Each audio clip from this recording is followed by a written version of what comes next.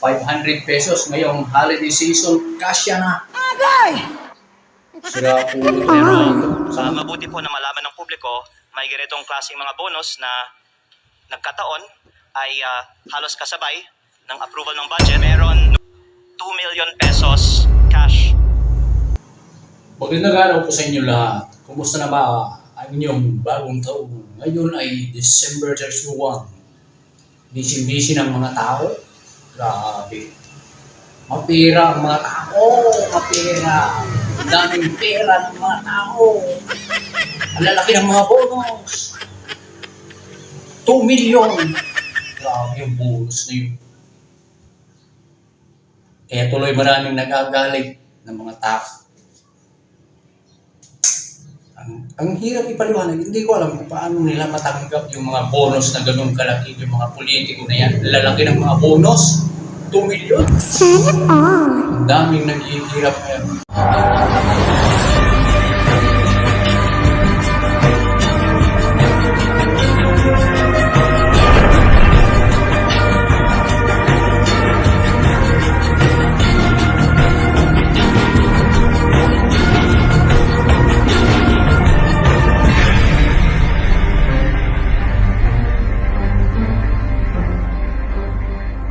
Pero bago yan ay gusto ko munang magpasalamat sa inyong lahat. Sa mga nanonood po sa aking Facebook page. Yung mga comment na yan, patungkol doon sa mga video na in-upload ko, na ang daming re-react doon sa mga bonuses ng mga kongresista. Ayan o. Grabe. Kung may isip ninyo yung mga pera na yan, 2 million, bawat isa, ilang kongresista yan. Ang daming pera. Meron pang pinanggit sa Senado, Congressman Leandro Levisti, bukod doon sa 2 million. Panuurin po ninyo, pakinggan. Deserve kaya nila yan, yung mga bonus na yan. Ang daming naghihirap, yung mga tamaan ng mga kalamidad. Ito, panoorin po natin. Congressman Levisti. Kung hindi po ako nagkakamali, sir, meron 2 million pesos cash na pwedeng i-pick up ng mga congressman ngayong linggong ito. At baka yung iba mas mataas, baka yung iba, for whatever reason, hindi binibigyan. Hindi ko po alam kasi hindi ko po kinukuha yung akin. Pero mabuti po na malaman ng publiko, may ganitong klaseng mga bonus na nagkataon ay halos kasabay ng approval ng budget. Noong October din, dagdagan ko po, may 1.5 million pesos na ibinigay sa araw ng pagboto para sa budget. At buwan-buwan, meron pong mahigit kumulang 1 million pesos per member. Ang lumalabas po, ang isang representante ay may 20 million pesos of MOOE at sweldo kada taon.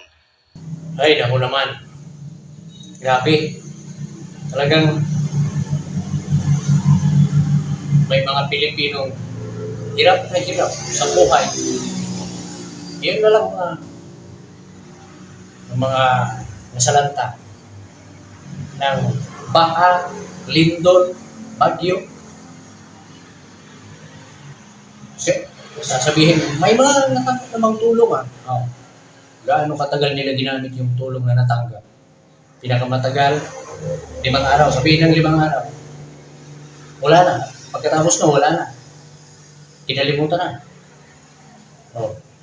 Pero yung bonuses nila, may mga sweldo pa sila. Saan nanggaling yung mga yun? Sa tax ng mga nasalanta ng mga kalamidad.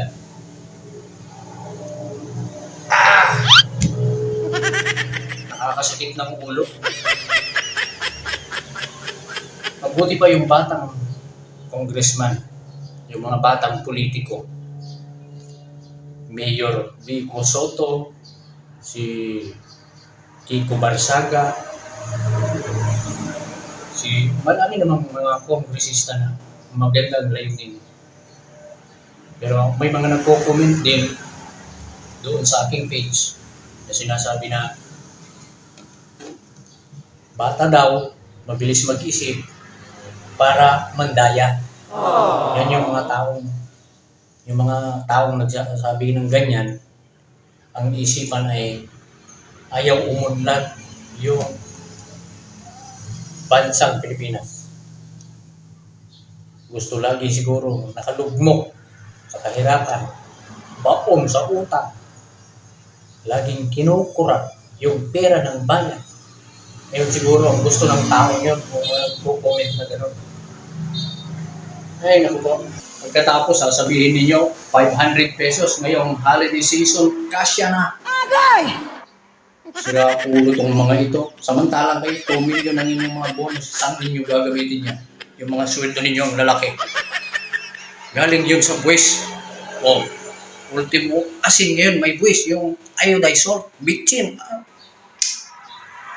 Kaya tama si Congressman Levisti na dapat ibaba yung tax, yung VAT.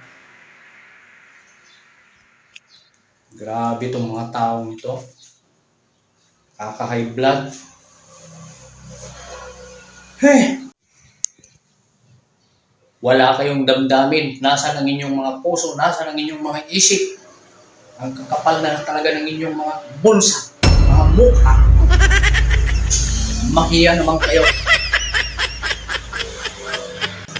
Eh, kayo na lang po, bahala sa mga taong ganyan. Ngayon ay December 31 na. Bukas, bagong taon na. Bagong problema. Ganyan talaga ang buhay.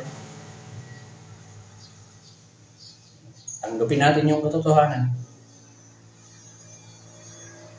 Advance happy new year. Maraming salamat po.